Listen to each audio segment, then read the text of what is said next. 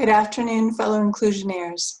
My name is Robyn Reagan, and I'd like to welcome you to my workshop, Climate Change is Real, Creating Circles of Friends Around Every Student.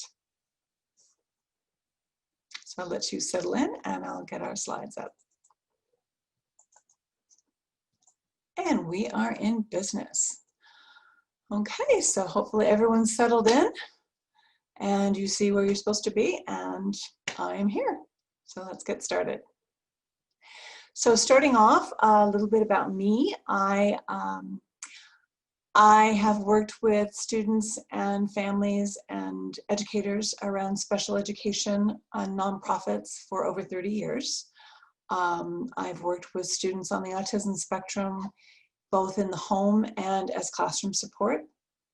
I worked at a residential treatment facility for youth with learning disabilities, behavior disorders, and mental illness as their teacher, as principal of the on-ground school, and as trainers. I've consulted with multiple schools around positive behavior supports. And in 2016, I joined Circle of Friends as their program director. And 2 years later, when the founder, Barbara Police, was able to retire, I became executive director. And there you will see my most important people. My husband of 33 years, Christopher, who's a retired teacher himself. Our kids, Ashlyn and Bennett. And next to that, are Ashlyn's friend, Ashlyn's kids, our grandkids, Elliot and Amelia. So we're not going to be able to interact in this modality, but I did want to cover this slide just to connect it to inclusion. So you may have come to this workshop because you are a special or general education teacher. You may be an administrator, a counselor, a speech therapist. You may be a parent or advocate. And all of you have a place in making inclusion happen at school. And the team, it takes a team. And co-teaching and parent partnerships and student involvement, all of that makes it happen. Our program on inclusion in general is effective at elementary, middle, or high school level, and it evolves and matures as the students do. And inclusion can work whether you're in a traditional classroom setting or in the brave new world of virtual or hybrid. So it can be adapted to different settings. So I'm with Circle of Friends, and you see our logo behind me and our motto. What are we about? I mentioned Barb. In 1919, she was a speech pathologist and working at Santa Monica High School. And she noticed her students weren't making the progress she thought they should be making in their communication skills. So when she went to visit them on campus, she saw that they were sitting by themselves at lunch or walking across campus by themselves, and she realized they weren't progressing because they didn't have any practice. They were so isolated. Around that same time, a parent at an IEP meeting requested that her son be given the goal to make a friend for his next IEP goal. And between the parents' advocacy and Barb's discovery, Circle of Friends was born. So we're an inclusion program for students that experience social isolation. Starting with weekly lunches and meaningful activities, students of all abilities and backgrounds learn that they are more alike than different. Circle of Friends establishes a culture of acceptance through their genuine friendships. We are student-led. We are sustainable as we work with the advisors and the students. It is an evidence-based program for grades, I say 3rd through 12th, because kindergarten's a little young. But since 2005, we have launched over 245 chapters or school campuses and positively impacted the lives of over 80,000 students with and without disabilities. So, As part of the transition to me as executive director, we created a new strategic plan in 2019, and part of that was to update our core values and our mission. And our mission originally just had the word disability in it, but we added the word adversity. And we felt that was very important because we know that in schools every day there are students coming that may not have been evaluated or assessed for special services, but they are experiencing poverty or violence or many other kinds of trauma, and they're bringing that to school, and it's impacting their ability to learn and to feel safe. So our mission is now to promote inclusion for students with disabilities and those living with adversity, to empower all students to appreciate differences, build genuine friendships, and stand up to bullying. So, what are we here to do today? I hope to discuss and help you develop an understanding of why student-led inclusion builds genuine friendships, addresses educational goals, and strengthens social emotional learning and protective factors for all of your students. I'm going to talk about the challenges to connecting your students with disabilities to their peers in remote, hybrid, and in-person environments. We'll share some strategies for incorporating some inclusive practices in your classrooms and schools. And I hope you will develop a short-term plan and pick one inclusive action you can take when you return to school.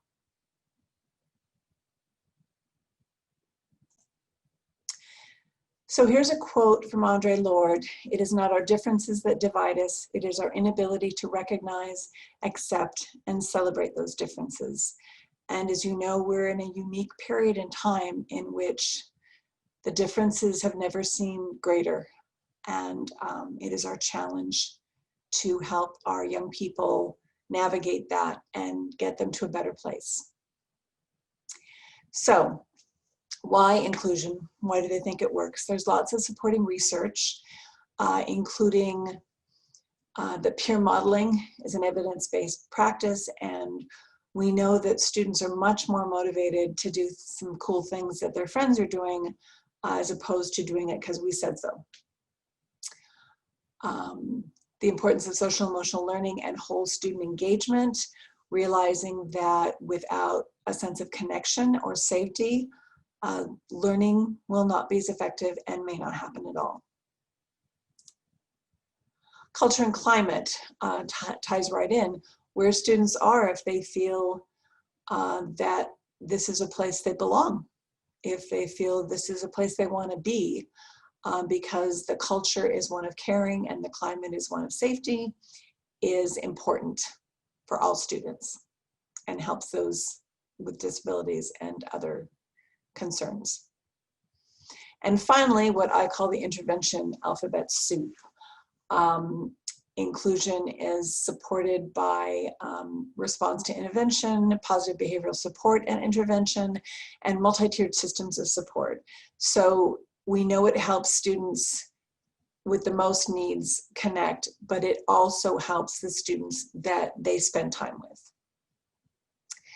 So if they're in regular class, then they may not need to spend as much time outside of class, and the result of receiving those services in a team environment ultimately means that the bottom line is that it is cheaper for schools and it produces better humans. So in terms of being better humans, the other thing that students develop by getting to know each other is empathy, and it is the antidote to bullying. And these figures I'm going to share from PACER are actually a couple of years old, and unfortunately, the statistics are higher now. So in 2016, it was found that 1 out of every 5 students reports being bullied at school. Students with disabilities are 2 to 3 times more likely to be the target of bullying. And schools all over have tried programs, and it's a challenge to find bullying and stop it. But the research shows that more than half of bullying stops when a peer intervenes. And the challenge of the peer intervening and some of the upstander programs that schools have adopted is, it's really a lot to ask a student to step in and say no or say stop for a kid they don't know. For one thing, they could become the next target of that bully or aggressor. But when students do feel connected and they know each other, they naturally step up and they are there for their friends. And so if you have a circle that gets larger and larger and eventually it becomes all the kids here deserve to be safe, then that is really the best antidote to bullying. So we know it works. And this illustration is from IKEA. It's for a bookcase called Billy. And there's some pretty clear instructions on how to build Billy. But how to include Billy is more of a challenge. That challenge is because inclusion takes more than visibility and proximity. And these are, these symbols, these circles are very common ways to describe or explain the phases. So you started with inclusion, which is pre-1975 in the IDEA Act. Students with disabilities could just be sent home or sent to an institution because there were no services for them. From there, we went to segregation, which were special schools or certain buildings on campus where students with special needs went. A lot of schools have moved towards integration, which means that those students may be in the same classroom, but they're often delegated to the back. They have their own staff, they're doing their own thing. So there really isn't inclusion happening. The goal is the top circle in which students are moving freely and fully participating in the school day and in the school environment. So that's the goal. But what if visibility and proximity aren't possible for all students right now? And that has been your reality since March. This is something that I shared, I found, I don't know who Ken Buck is, but I thank him. He said, we gave educators almost no notice. We asked them to completely redesign what school looks like, and in about 24 hours, local administrators and teachers Apollo 13'd the problem and fixed it. Kids learning, children being fed, needs being met in the midst of a global crisis. No state agency did this, no so-called national experts on curriculum. The local educators fixed it in hours. In fact, existing state and federal policies actually created multiple roadblocks. Local schools figured out how to do it around those too. No complaining and no hand-wringing, just solutions and amazingly clever plans. Remember that the next time someone tries to convince you that the schools are better run by mandates from non-educators. Remember that the next time someone tells you that teachers have it easy, or try to persuade you that educators are not among the smartest, most ingenious people in society. And please never say to me again, those who can't do anything else just go into teaching. Get out of the way of a teacher and watch with amazement what really happens. And those of you who have been teaching and living through this since March should give yourself a pat on the back. We know it's not what you wanted it to be. We know you want it to be better, but you're rock stars. So educators are rock stars. They are also models, messengers, and managers for inclusion. So starting with the educator as a model, and I loved this picture of a very glamorous model looking like she's about to wipe out on the runway. And I know teachers, we've all had those moments of sort of flying and not knowing where you're going to land, if it's going to be okay. So some tips. For teachers to be what's called a warm demander, and that's balancing safety and risk in your relationship with the student. And that part of that ties into that presuming competence I mentioned earlier, that because they're safe and you have connected with them, you're not going to let them settle for not trying harder or for not taking that risk to grow. And so balancing that safety and risk. So you're warm, but you're not letting them off the hook. And so I like that term, and that's been some interesting research on what that looks like. Presumed competence, so the gift of time. And I know time is crazy right now in terms of instructional minutes and just how much time you even have with students. But giving students a little extra time, and when they say I can't do it, or someone says Johnny can't count, why are you asking him to count? The power of yet. So he can't count yet, but we're working on that. And that ties into that growth mindset. And finally, you need to educators model respectful curiosity.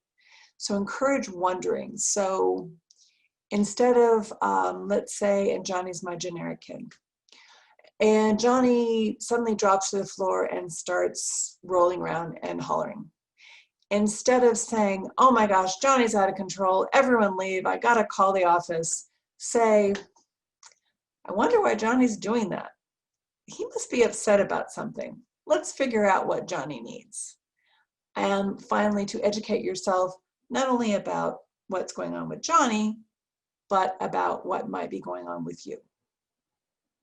So, I want you to think for a moment about your earliest memory of encountering difference. And I found some great clip art of little ones. We've got one crying, one just looks very puzzled, one looks a little scared, and the guy on top, the kiddo on top, is pointing. And that is how many of us first respond when we see something that looks different. Someone that is in a wheelchair, or someone whose face looks unusual. We point, and we might ask questions. We might want mom or daddy to say, tell us what that's about. And the social message that we most often receive is, don't stare, don't point, don't be rude. And we don't want to be rude, but the problem is that many people are socialized with the message of what not to do, but they're not told what to do. So this is a link that you'll have in your PowerPoint in your handout. This blogger and mom has written this amazing article called How to Navigate a Special Needs Encounter. And some tips that she created and lived are that questions are okay and don't walk away. And so telling parents and kids, it's okay if you want to know, because it's different. And kids have that curiosity. Don't walk away, don't avoid it, because that actually can make the person feel bad. Next, to reinforce kindness. And so if a kid says something and it's a little rough, the language is a little rough, you can reframe it in a kinder way. Find common ground. So maybe the way this student gets around in the wheelchair is very different from how we get around, or how your other students are walking around, but you may all really like Minecraft.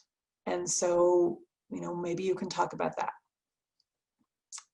And finally, to emphasize strengths. So if there is something that the student does really well, or is very excited about and can do, then find a way to make sure that that is also shared.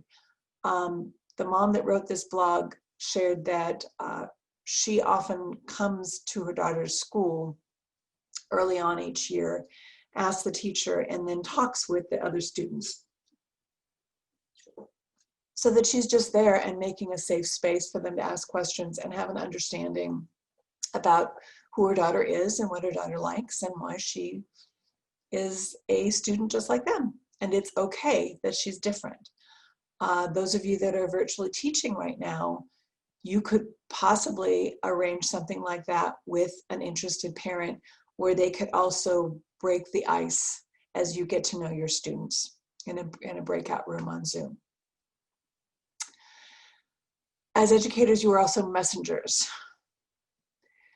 So the message should be that we are a community of learners and teachers, that students have something to teach us, and we are also learning. that learning involves risk and it's okay to struggle.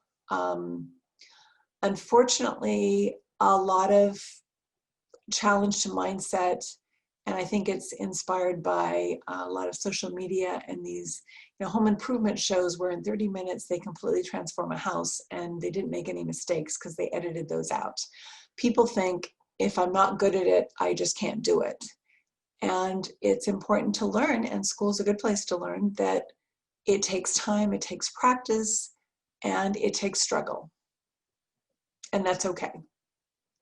And finally, the message that your classroom and your school is a safe place to struggle and to learn. My son, when he came home from 4th grade, his first week, he was really excited about something that he had done with his teacher. And he showed me this thing he wrote out, and it was the classroom rights. It was his rights as a student. And I asked him to show it to me, and he said, he had the right for his belongings to be safe when he put them in his backpack. He had the right to not be teased or laughed at when he made a mistake. He had the right to not be hurt or hit, or I forgot exactly what the words were, but basically what the teacher had done is reframed what are typically the classroom rules about property and about not fighting and about being nice or being respectful. She shifted them into rights. And I thought that was brilliant, because a lot of kids might bristle at rules and want to break them just because they are a rule. But if they learn them as a right, that they have these rights and that all the kids have these rights, then it has a different meaning. So in terms of messages, think for a moment, what messages did you get at school that informed who you are now? And there are people that became teachers because they were amazing students and they loved learning and they wanted to help other kids learn. And there are just as many teachers who struggled in school and decided, I'm going to show them and I'm going to graduate anyway. And I'm going to be the teacher that I wish I'd had. And your students are getting those messages from each other and from you during their time with you. So in terms of reframing and messages, here's an example of a form that we use in Circle of Friends to help our students get to know each other. So we call them fast facts. They can be filled out by the student's parent can help, and both the student with a disability and students that are in general education, all students fill this out before they develop circles. So let's look at it for a minute. This is Jonathan Green. He's in 4th grade and his lunch day is Tuesdays. Johnny, his preferred name, is awesome because he really loves animals and recently taught his dog to sit and fetch. He likes making pictures on the computer to go with his completed Lego models. Johnny is interested in Minecraft, Guardians of the Galaxy, and Legos. Johnny's working on facing people when they're talking and speaking more slowly when he's excited. Ways I can be a great friend to Johnny. Ask him about his pet and share if you have a pet. Let him know if you have trouble understanding him. Remind him to take a breath and try again. Now look at this form again and see there's nothing about a disability or an IEP goal on here. Every kid has interests. Every kid is awesome. Every kid is working on something. And so by breaking it down to just, asking him to try again if you can't understand him, that's the sort of natural language that kids need to hear when they're working on something and making a friend. So finally, as educators, you are managers. And this was some clip art I found of some of the many hats that teachers wear. And you'll see boo-boo fixer, conflict diffuser, curiosity builder, storyteller, lesson planner, IEP follower. So it includes special ed teachers. So our challenge in 2020 is, as teachers and educators, how can you maintain your commitment to inclusion this year? How can you create the social connections that your students need for learning? And how can you serve students who've experienced trauma, poverty, and isolation in the general education population because of this collective trauma and pandemic that we're experiencing? And to look at it, you'd need to pull a rabbit out of each one of those hats because it's very challenging.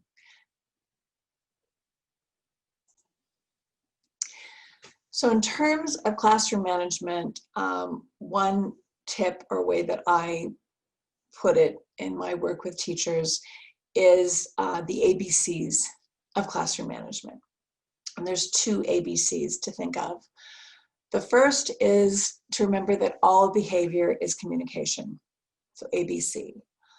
A student in distress will create stress in those around him. And he or she will do that by either acting out or checking out in some way. Our behavior communicates as well.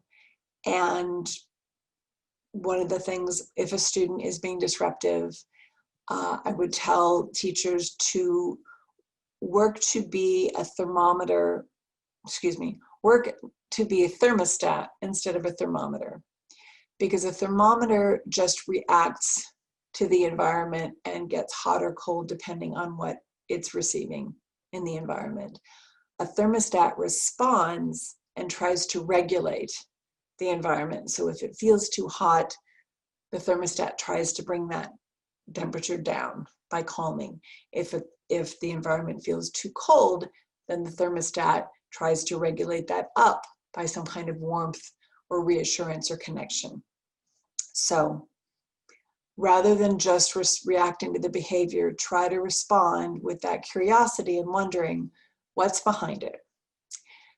What might be behind it is the second ABC, is that all students need acceptance, belonging, and choice. And so if you can create a relationship and a classroom environment where all students feel accepted for who they are every day, they all feel that the classroom is a place they belong to as a student and as a member, and they have some sense of choice in their day. Maybe not all day, but there are points when they have some say. I remember at UCLA reading about a study where they tabulated the amount of requests or demands made on a 10-year-old student in a 24-hour period. And it was like over 1,000. And that's everything from brush your teeth, eat your cereal, don't forget your coat, get your pencils out, every little request that they got all day.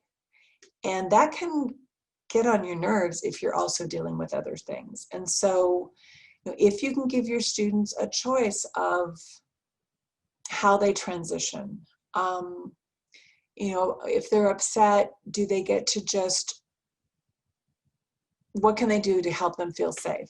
Is there something they can hold in their hands? Is there a place in the classroom where they can feel safe? Giving them some choice of how to calm themselves down or reconnect themselves. And our program, we can talk a lot about it, but really the best thing to do is to see it. So I'm going to see if we can get this going.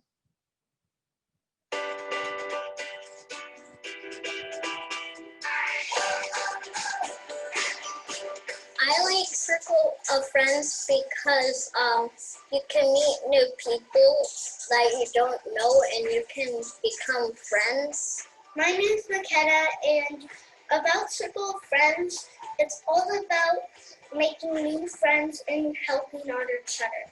Circle of Friends is fun because you meet new friends you don't really meet and might have actually not really liked them, and then you turn out actually to be like a really nice guy. Circle of Friends at the elementary school level is a program of inclusion that provides students with special needs and their typical peers the opportunity to have lunch and play together. Genuine friendships bloom, Having Circle of Friends at the elementary level is so critical to the students because it really is where they start learning about how everybody is the same and how we all have similarities. We all want the same things, and really erasing that line between disabled and non-disabled. What we loved about Circle of Friends was that it had a very systematic approach. It had a format that we could start with and then look at how it would help our school. Under the supervision of school advisors, students eat together in a classroom, each student with special needs sitting with 2 to 3 general education peers. They participate in activities that strengthen the understanding and acceptance of differences. I love Circle of Friends because it includes other people who feel left out sometimes. Our students who are in our special education population are almost rock stars now. Everybody knows who they are, and their circles are getting bigger. Circle of Friends has really helped my students who are enrolled in speech to learn how to use their social skills in an unstructured environment as the playground and the lunchroom. Since starting Circle of Friends, he's been communicating more and using more sign. I've been working with Shay since she was in preschool, but ever since she joined the Circle of Friends, whenever she sees other friends in the Circle of Friends outside the classroom, she'll do high five, and she'll say some conversations. Some girls invited her to their birthday parties. I'm so blessed to watch that outside the classroom. Sometimes I feel the general education student might even get more out of the program than sometimes our students with special needs. I have the opportunity to be able to see my students grow and change throughout the year. From the beginning of the year, that was just a couple months ago, they have gone from being shy and timid to all of a sudden asking their friends with special needs to sit with them at lunch, to come and play handball. The people with special needs are just like me and everybody else because they're super kind and they just want to have fun like we do. Adam has a special relationship with Megan. They click, and he's smitten. She took it upon herself to learn sign language. I think the leadership skills for our kids is amazing. The kids that don't shine in my classroom necessarily shine in Circle of Friends. So we have seen a decrease in bullying on our campus, and we feel that really has to do with our Circle of Friends in our upper grades. As students are getting to know each other, getting to understand differences. Circle of Friends is fun because everyone's being nice to each other and everyone's playing together, everyone's sharing, and there's no bullying, and everyone's having fun, and you meet new friends.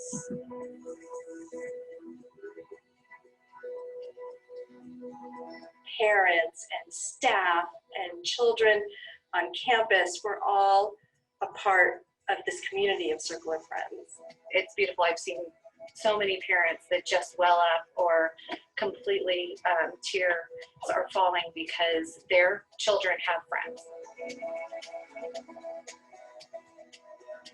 I thought I had enough friends, but when I joined girls groups in Circle of Friends, I met my new best friends, and I'm so glad I did. We are in computer club with Circle of Friends, and the reason I like it is because it feels like comfortable, because it feels like home to me. We are Circle of Friends. Don't forget the computer club. I met my friend.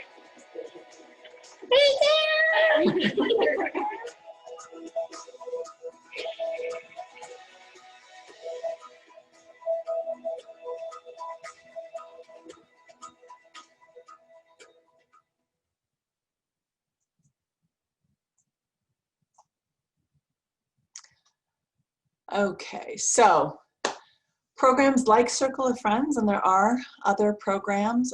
Best Buddies with Special Olympics is one that is actually very active in the Santa Clara area. But programs like Circle of Friends, they create awareness. So by building circles of peers around a student with special needs, this increases understanding about differences, as you heard in the video. It inspires acceptance. So students find out that it's okay to be different or to move differently or communicate differently, but that those students still have value. And often students who might have felt insecure about some of their own differences come to accept themselves more as well. Students develop alliances. So through those genuine friendships, they really feel connected to their friends and their world. As you heard, their circles get bigger. And Circle of Friends and inclusion programs eventually, or their goal is that they promote advocacy. So if someone is your friend, you stand up for them and you support them. And if you feel good about yourself and someone is bullying you or not treating you right, you stand up for yourself, so you self-advocate. And so through Circle of Friends, students plan activities on campus and in the community. Students who are marginalized now share and contribute to campus culture. And in some of our more evolved programs, they take it out to the community, and the community sees these activities and outings that they go on. So, you've seen the video. We've talked about why it's important. The big challenge is how to find opportunities or pockets of time in your instructional day to build that social connection. Some of the things I've heard from teachers and their schedules now, they're having morning meetings. They might have a daily or weekly check-in. There are a lot of schools that are incorporating mindfulness or breathing activities and meditation. So mindful moment might be a good time to connect students. And lunch and recess, if you're still doing virtual learning, there might be a time to do that on camera instead of during a break. Weekly activities could be art. They could be exercise or PE time. A lot of students are very excited about a student choice day, and dance parties are usually very high on the list. And interest clubs. So you heard about the computer club or the girls club in the video. And there's a man, a licensed clinical social worker named Joel Schall, who has a website called Autism Teaching Strategies, and you're going to see some links. He is wonderful, and he's created a lot of things that he shares freely. And since the pandemic began, he's actually adapted some of his most popular activities for inclusion so that they can be done online. So what I'm going to do now is I'm going to go over 3 of those activities, and you will have links so that you can revisit them and implement them. So the first one is called the Green Zone, Finding Common Ground in Communication. And what you see there is, in its physical form, you can actually print out cards of multiple interests, and they are blue or yellow. And what they do, what students do, is they pick out what their interests are, they put them in their circles, and when they find matches like, oh, we both like dogs, they go into the middle of the Venn diagram, and yellow plus blue equals green, which is why it's the green zone. So what you can pull down from his website is you can pull down this slide, and actually by using PowerPoint in normal mode instead of slideshow, students that are looking at the screen can drag these icons. They can drag these icons into their circle, so they can virtually do it. If it's not in slideshow mode, they can't do it. Like I can't do it right now, but that's a way it can be used. Some instructions tell the student you're working with, this is the green zone game. The green zone shows where our interests overlap. It's usually best to talk about things both people like instead of just one person. So as I said, the students select either yellow or blue pictures of things they enjoy, And then matching cards are dragged in the middle area. This is the green zone, what the students have in common. And I use this a lot with some of my students in middle school when I was a behavior interventionist. And we would start in the middle, but then the student I was working with, he was really into Legos, and that's all he wanted to talk about. So part of his activity was we were going to take 15 minutes. We'd start in the middle. He'd get to talk about Legos, and for the third part of the conversation, he got to ask about something that wasn't in the middle that he didn't know anything about, but he got to show interest. And Joel also includes some prompting, some questions you can ask about the person's interest, some responses you can have. And I played this game or did this activity, and it really was very effective. The second game or activity is a do-it-yourself social skills board game using PowerPoint. And you'll see on the slide that he has created an anger control game and a voice volume control game. So there are instructions there on how you can make your game. You pick a theme. He suggests that you could do a group activity on what should be in the boxes. What are some of the suggestions or activities? And that makes it more interactive, and you get to hear, put it in the students' words. So this is something you could actually do over multiple visits, multiple sessions. You could do an introduction, then you could do a theme and kind of a brainstorm, and then you can put it together. So here's the Say Something Nice game that he created. And so here's some examples. I'm not sure how he does a virtual dice, but if they have a dice at home and they can roll it.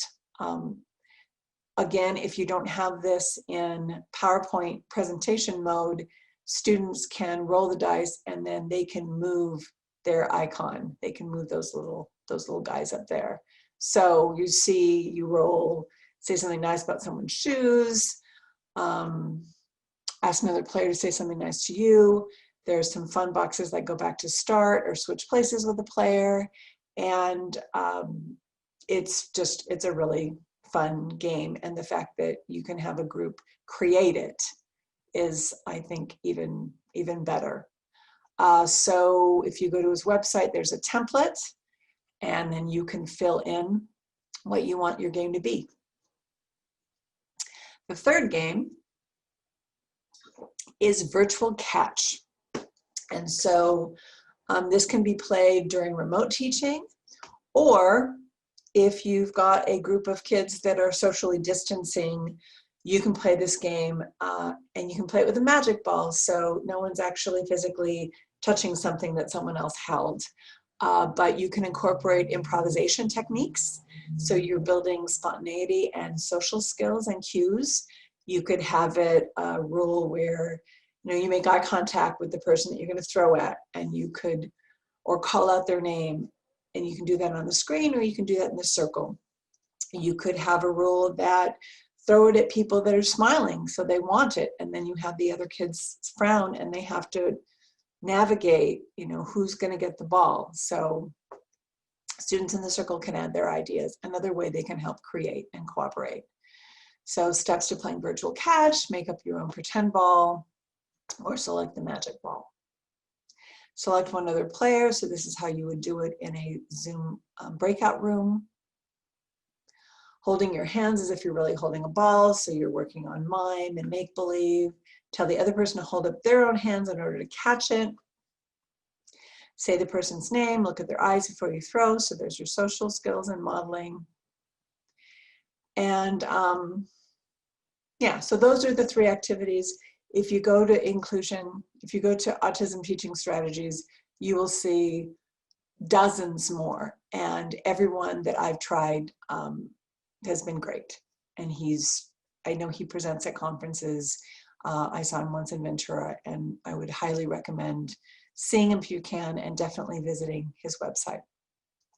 So we're coming to the end of our time. And so what I'd like you to do is to develop your own inclusion action plan. In the handouts that I sent, I did a PowerPoint and I did the slides with the lines beside it. So if you wanted to take notes, you could do that. Something you learned that you didn't know, something you remembered, because there's lots of stuff that we might know or want to try to do and forget. Something you're going to try, something you were excited and you already see what student it would work with and how you could do it. And very important, the final one is how you will get some support.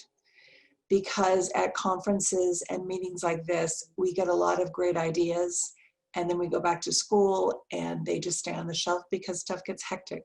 And so if you decide something you're going to try and then you go back and you tell the paraeducator that you work with, or you tell a parent, or you tell someone else, I'm going to try this, will you help me? Then you increase your odds of actually making it happen. So I encourage you to take some time to write this in your notes. If there's something you're really excited about that you want to share, you could put it in your eval for me, and I'd love to hear that from you. So in closing, 2 quotes. Neurobiologically, students can't learn if they don't feel safe, known, and cared for within their schools. Relationships before rigor, grace before grades, patience before programs, and love before lessons. I want to thank you very much for spending this time and your interest in inclusion and my workshop, and I wish you the best. These are some of the resources I mentioned. Our website, Circle of Friends, Autism Teaching Strategies. There's a website, Inclusion Matters, very well geared towards early education, very early grades. Get Into It Special Olympics has activities by grade that you can download for free.